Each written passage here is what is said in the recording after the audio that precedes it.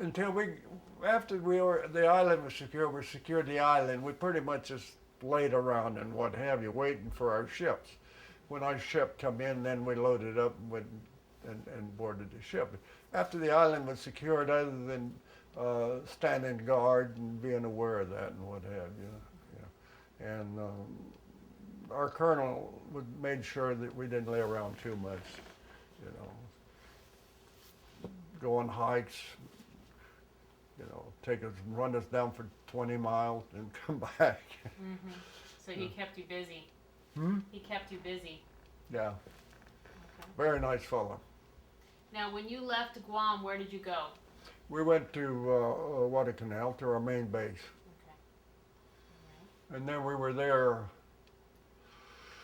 I don't know, 2 or 3 weeks, and then we boarded ship then to go to New Zealand for our R&R.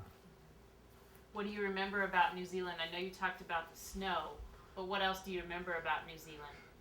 Well, the people were very nice. When we got there,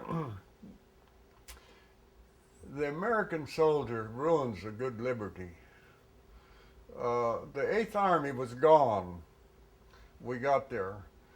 And the people, when we got there, people would drive up to our gate and you walk out and then they'd take you home and feed you and dine, wine, and, just take, show you a good time, then bring you back.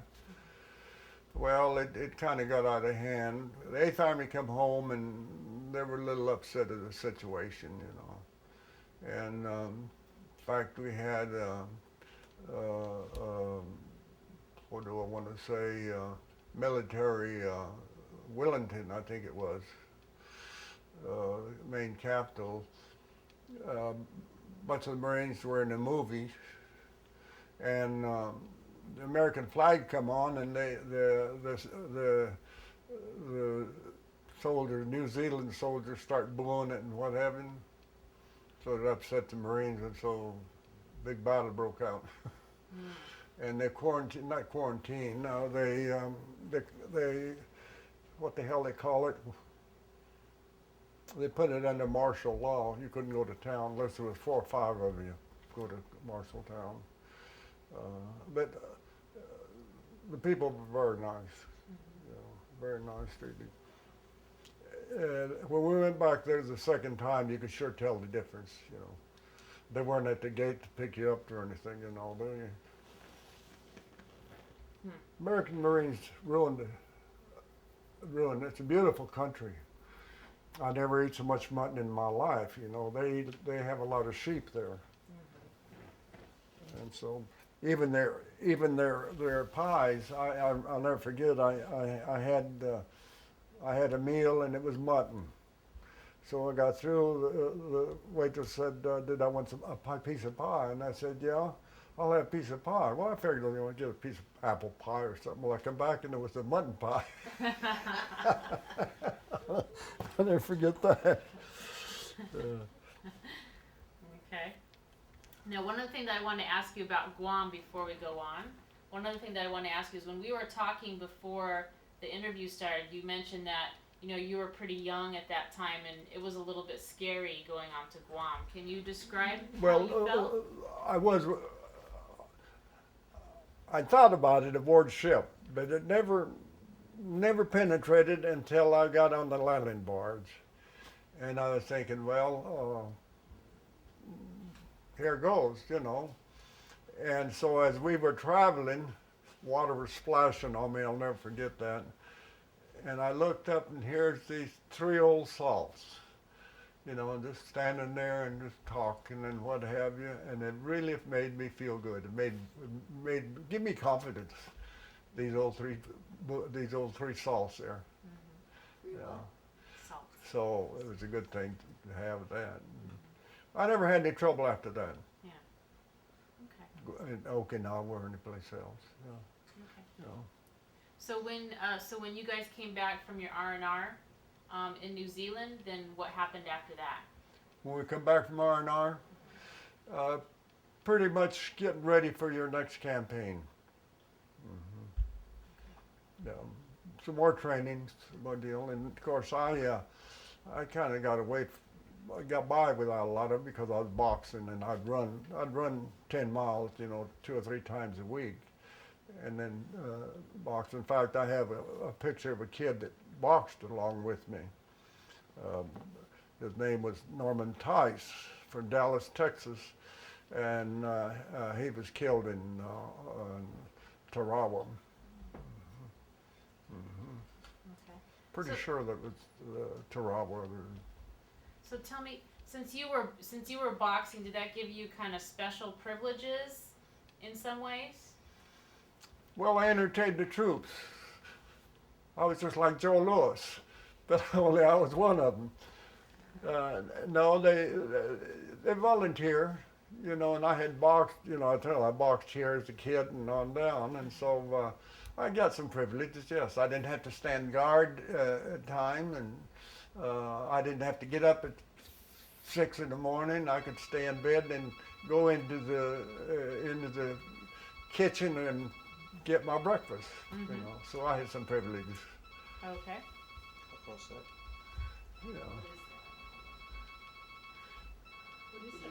But I was What is always that? looking for the easy way out. That's not you guys? No. I can shut it off. It's probably my dad's mobile phone. What, honey? It's probably your mobile phone ringing. Hey, Gene, could you just have him kind of hit himself on the left side there, instead of on his nose, forehead, cheek? Just a little bit sweaty. Thank you. I I want to hope. make sure that you look good. One of the things too that Dad, you might say something about when you were injured and shot up in the knee with your shrapnel. Well, that's a campaign in Okinawa. And, Yeah. Yeah, I'll ask him about that. But Guam, Relax. very nice. In fact, even to this day, I can go to the consular, and they'll pay my way to Guam. And as one of the freedom fighters. Several of my buddies did that, but I haven't. Yeah. Been too busy doing something of the, but I should. You'd like to go back there sometime. Yeah, I'm sure what's his name, Lopez? Is it? Yeah, Lopez, who's supposed to be the governor. I'm sure he's probably passed away by now, but his offspring, I would remember. But it would be beautiful. It's a beautiful country. Yeah. Yeah, it seems like it. Hmm. Yeah, it seems like it. Yeah, well, it's real nice. Then the people were real friendly too. Yeah. They tell me that the Japanese has taken over that island now, pretty much, or China or something. Yeah. It says the motels and whatever you cost you an arm and a leg. Okay. So. So you were training then for your next campaign. Where did that next campaign happen at? Well, after we got back from our R&R from our campaign at Guam, then we started maneuvering and what have you, getting ready for our campaign to go to Okinawa. Well, at the time, we didn't know. We were in a convoy. The Tarawa had hit Tarawa, and what's that island? Isn't that something? We were floating Iwo Jima. A convoy had hit Iwo Jima. We were floating around a couple of 100 miles out in case they needed us. And we went, well, they had a lot of pressure, so they decided to send our convoy around to the south side of Okinawa and make a fake landing. So that drew the pressure away from the Japs sending more prisoners, more troops to Iwo Jima. And so we did that and floated around, and then I think it pretty well relieved the problem over here at Iwo Jima. And then we come in and hit Okinawa. And you were the first wave? Yes. Okay. fact, these planes were coming in. In fact, Franco and I you had to climb up the beach a ways, and there was rocks, boulders there, so we were kind of hiding there. And the Japanese plane come over, didn't miss us 50 feet. They'd been shot down and just hit the island just about a couple hundred yards ahead of us. What was that like? Well, I saw the pilot, I saw the pilot as he was going through. We both did. Yeah. But we split that island in 11 hours. Split it in two. Then secured it back this way, and then that's when we got into trouble going the other way. It was just stair steps. You'd go and you'd secure that one step, then there's another one, then they were always shelling us. They were looking right down at us all the time. And rain, cold, slosh. It was miserable. That's where we slept in pup holes with water and 2 inches of water. So you were sleeping with a lot of water. Yeah, but we sleep in your blanket, even though it was wringing wet with water, it was warm. Mm-hmm. Oh, it was cold, nasty. So what was that date? When was it that you were in Okinawa? When was it? Mm-hmm. Oh God, I'll have to find all that information. Okinawa, we hit 45, I think it was. In 45, but I'm trying to remember. It was kind of in the winter time. It was cold. I know it was cold, and it was muddy, sloshy.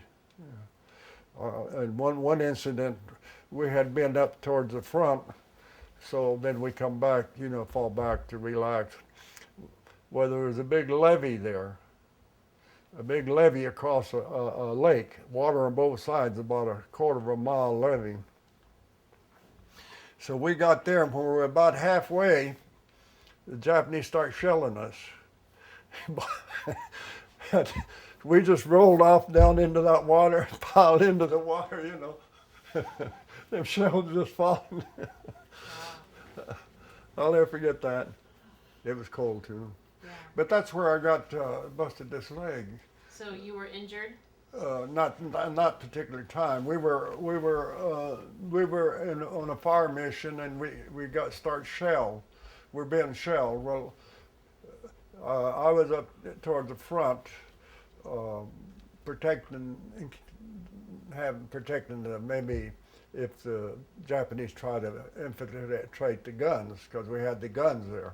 So they had posts. We had posters around there, and so they had been shelled, and the shell had come in and just blow up a big hole, maybe size of this room, and water had come up, and then that's where we'd go and take a bath in that water. Well, I was out there taking a bath one time, and it started shelling, and the shells started falling. So there was some kind of a hail with rocks just about 100 yards away, and I took off running, for protection to get behind them rocks, and I jumped and landed, and landed, and turned my knee and fell into a rock and busted my knee and my ankle. Mm-hmm. So what happened after that? Well, the ambulance come by. They come down and picked me up and took me to the field hospital. And they had to cut my shoes off. My foot had just swollen, and they cut my pants for footing. And then I was there 3 days, and I wanted to go back to my outfit, because I didn't, you become like family. Franco and I, just like brothers and what have you, and I didn't want to lose track of that. Anyway, they went ahead and went back, I think it was about 15, 20 miles away from the front. And the Marine Corps didn't have a hospital. They just had a medic station, so to speak. So they took me then to a hospital, which was the 27th Army. You know, that's where my buddy come and see me from Arizona. He was in the 27th Army. In fact, he brought me some groceries, bacon, eggs, and stuff like that. And they eat like kings. And here I was eating Hard Rock candy. Yeah. What was your friend's name? Yoakum. Yoakum. Yoakum. Doyle Yoakum. Was he from Chandler? Yes. He was from Chandler. It was Chandler. In fact, I went with his sister, Florence Yoakum. Okay. Um, Okay, so how, tell me about when you guys came into Okinawa, what do you remember about the island? You know, what you saw or what you remember? Well, the Okinawa had a lot of crevices, and you know, and deal, and it's kind of rough. But then there was some beautiful country there too, vegetation and all, just like Guam. You know, beautiful colors, and you know, I know on one incident there, I was on post number 2 with, you know, the machine gun there, and there was kind of a canyon going around, and our camp was up here on top. Well, we had 5 posts all the way around, just so the Japanese wouldn't come in and catch us. And I think Frankel had the second watch. I had the first watch, and I guess it was about 12, 1 o'clock, I heard voices. And so we have the lieutenant who is the officer of the day, who's in charge of all our posts. Well, you had a phone, you ring the phone and get him, and he answered and said, "What's up?" And told him, I said, "I hear a lot of voices down in this canyon." And he said, "Well, pull a flare, see what you can see. You don't do any of that unless he gives you orders." So I pulled a flare, and the flare lights up just like day out there. You could do everything. And there was about 15, 20 people, women and kids. The kids were crying, and when I started crying, when I pulled the flare, they just started crying and start running and what have you.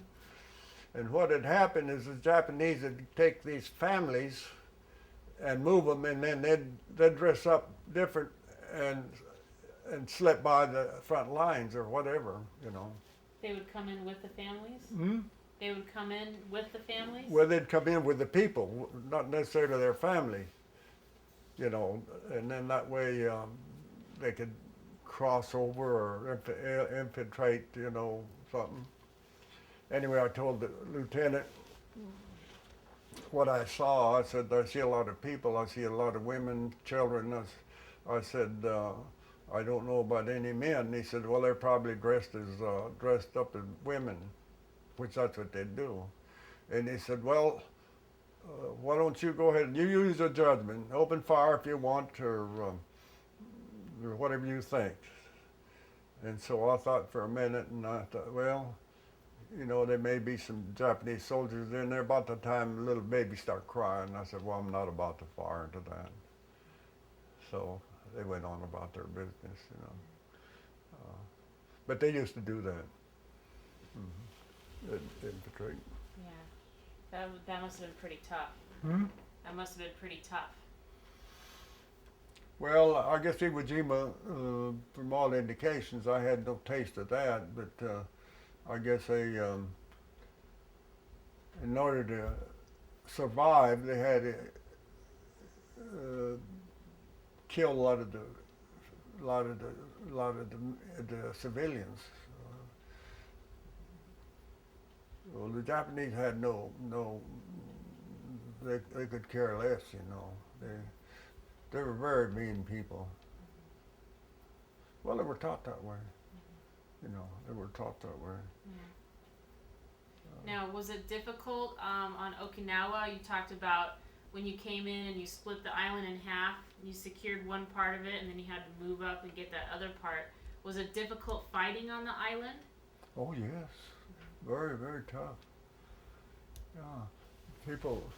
There was a lot of people. 45. I think I'm trying to remember around 44,000 people killed there. Marines or 40,000. I can't remember. Yeah. See, the island was this way, and we split about a third of it this way, and didn't meet much resistance. But the Japanese army generals pulled all their troops from here and brought them up here. Well, from this part down, it was stair step, and you would secure, and there was just like honeybees, holes all along the deal, and they were looking right down at you all the time, and they had guns that they would pull out, fire, the big guns, and then pull them back into the mountains. So you had to go bodily get them.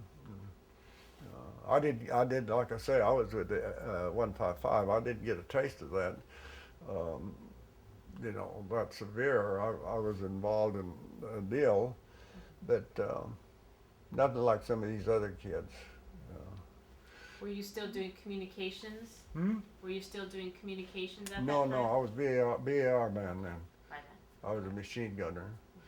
I was supposedly, somebody had to do it, I guess. I don't know. Since I was a machine gun, what it amounted to, I had to protect the heavy guns. Or the kids that were in the security deals, And we got into it. I did. My post got into it there. A bunch of the Japanese.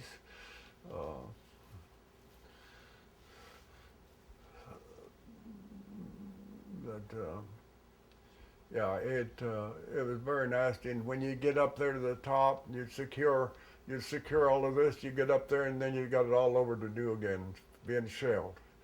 There's be shelled all the time. We were shelled all the time. So you were never hit. Huh? You were never hit. You were never hit. No, that's about as close as I come. I felt the heat of it. I felt the heat of the shell when it exploded. Yeah. Mud and everything went every place. I was lucky. Yeah. Yeah. Mm-hmm. I was lucky there, but when I landed, I landed in a bunch of rocks and broke my leg. Oh, yeah. Yeah. Yeah. How long did it take you to heal up from that? Oh, well, I was there. I think 2 or 3 days, and then they sent me to the 27th Army Hospital, and I was there about 6 weeks, I think. In fact, the war ended while I was there.